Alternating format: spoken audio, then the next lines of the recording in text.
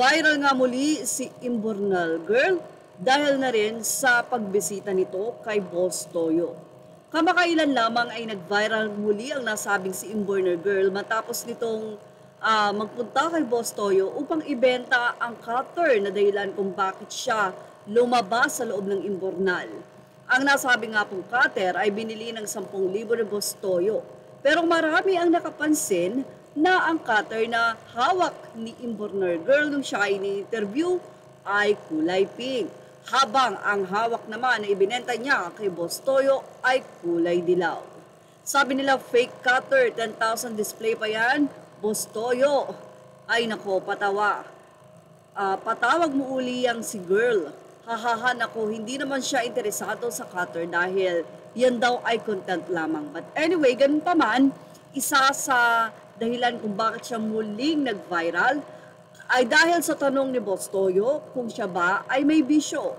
Ito ay honest na sinagot ni Imbornal at sinabi nitong paminsan-minsan daw.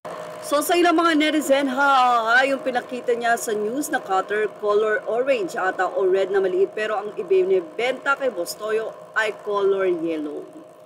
Ngayon nag-viral nga si Imbornal Girl dahil na rin sa sinabi niya na siya nga ay may bisyo o sa pag-amin. Si Imbornal Girl ay nakatanggap ng 80,000 mula sa DSWD. Ito'y para na rin makatulong sa kanya dahil nais nito na magkaroon ng sari-sari store.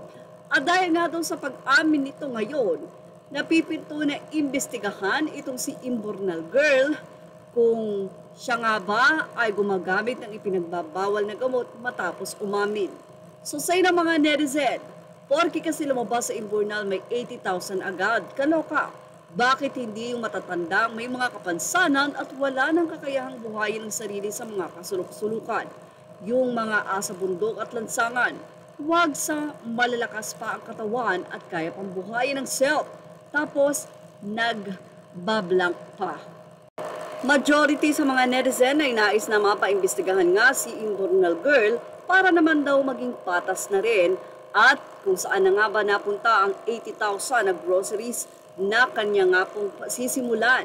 Isang pagkakataon talaga naman ito upang makapagbigay ng magandang buhay at maging maayos. Talaga na lang ikaw ang pipili ng iyong magiging buhay dahil nandiyan naman ang gobyerno upang suportahan. Hindi man lahat at mayroon mang talagang binibless kahit na hindi maganda ang ginagawa pero sana nga daw ay pagbutihin na ni Imbornal Girl ang ibinibigay sa kanyang tsansa. Yan ang ating showbiz snap update. Thank you for watching. Images are all credit to the rightful owner. Please like, share, and subscribe.